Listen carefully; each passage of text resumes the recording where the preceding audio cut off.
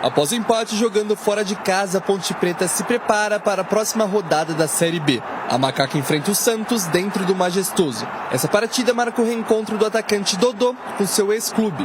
O atual camisa 7 da Ponte começou a carreira no Sub-11 do Peixe. Atualmente, Dodô vem sendo destaque na Macaca, mesmo sem a titularidade. Nos últimos 2 jogos, o atacante entrou e deixou sua marca. Ele fez o terceiro gol na vitória contra o Amazonas e empatou a partida com o Operário no último sábado. O camisa 7 empatou com o Gé como principal goleador do clube na temporada. Cada um tem 4 gols. Iago Dias e Gabriel Novaes vêm atrás com 3 gols cada. E Elvis fecha o top 5 com 2 gols. Dodô também igualou o maior número de gols pelo mesmo clube. Ele marcou 4 vezes em 12 oportunidades pelo Vila Nova na temporada passada.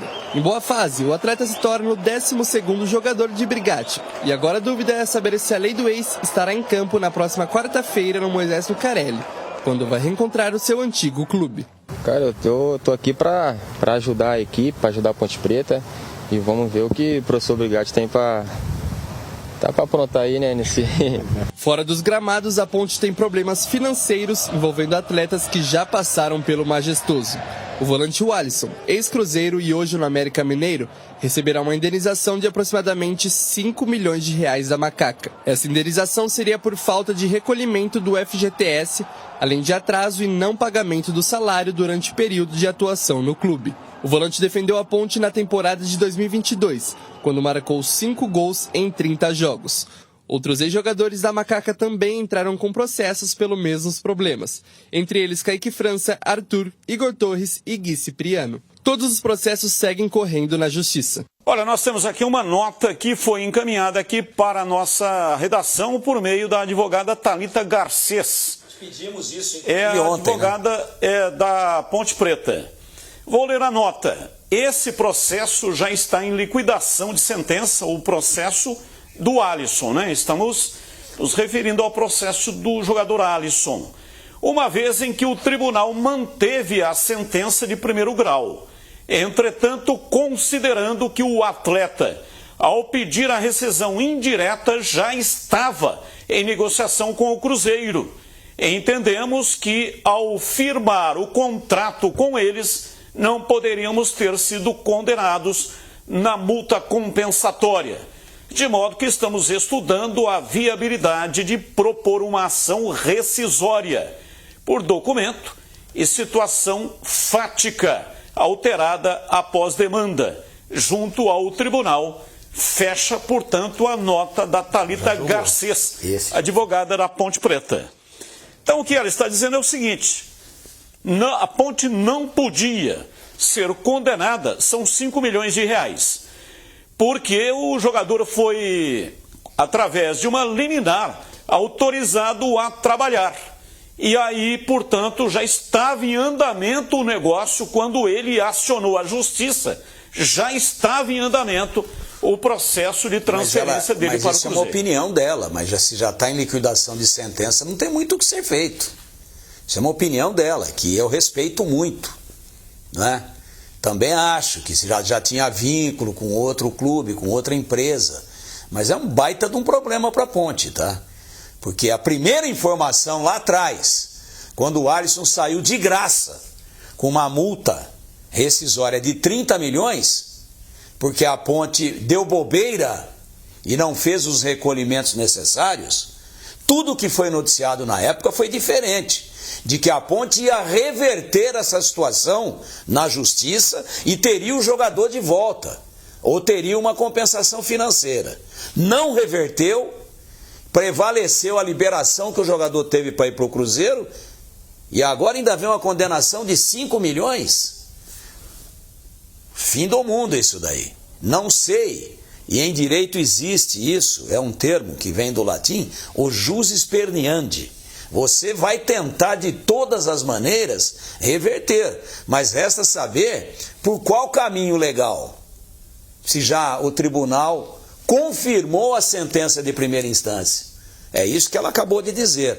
Então, é uma situação complicadíssima para a Ponte, e esse caso, o Alisson, é emblemático aí para que o clube fique um pouco mais atento, doravante, para que não aconteça mais esse tipo de aberração, onde o clube perde o patrimônio e ainda é multado porque perdeu. Multado não, é condenado porque perdeu o patrimônio. Fim do mundo isso daí.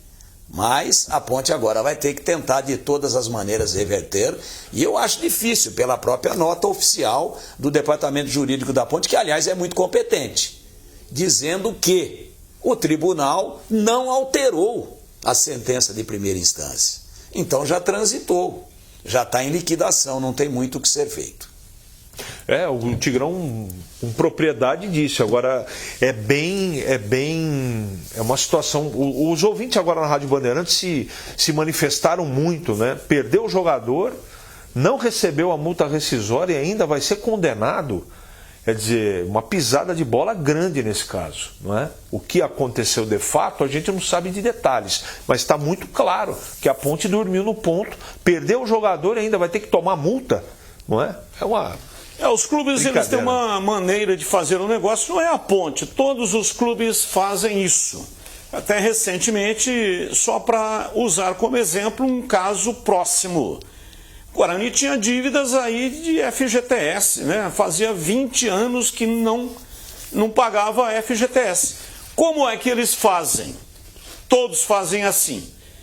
Quando o jogador vai deixar o clube, aí faz o acerto do FGTS, vai lá e paga tudo de uma vez só, para poder liquidar a fatura.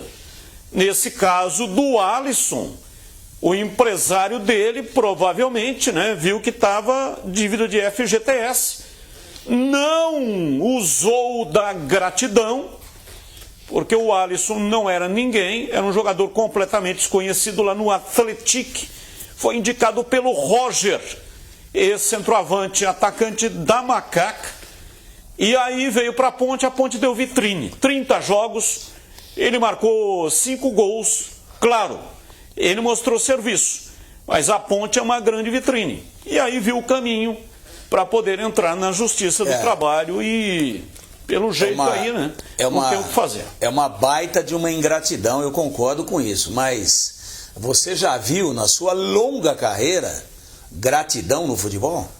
É muito difícil. Vamos lá, Tigrão, sobre o jogo de amanhã, Ponte e Santos, tem favorito? Olha, o Santos é favorito. O Santos é favorito, antes da bola rolar. Cabe à Ponte me desmentir. Aliás, como eu quero que a Ponte me desmenta. Que vença o jogo, que faça um jogo de muita entrega, né? Aí já é diferente o raciocínio com relação àquilo que nós falamos agora há pouco do Guarani, talvez preencher mais o meio, não. A Ponte jogando em casa, ela não pode ficar assistindo o Santos jogar, até porque é jogo de torcida única, a galera vai estar lá empurrando a Ponte. Se todo mundo tiver com saúde, em condições de jogar, acho que o João deve manter o time, mas a Ponte tem que saber que é o jogo mais difícil do campeonato.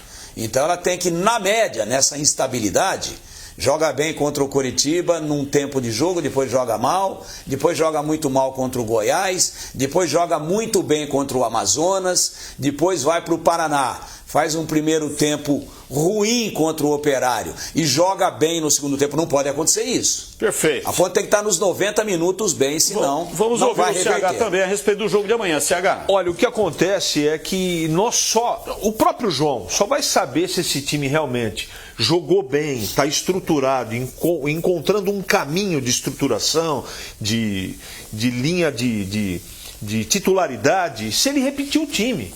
Eu repetiria o time. O Santos é muito perigoso? É, mas a Ponte está jogando em casa. E eu gostei do jogo contra o Amazonas. Gostei de verdade. É a única maneira que a gente vai ter certeza, se ele repetir o time, se a Ponte está encontrando um caminho no campeonato. Eu acho também que o Santos é o favorito para o jogo.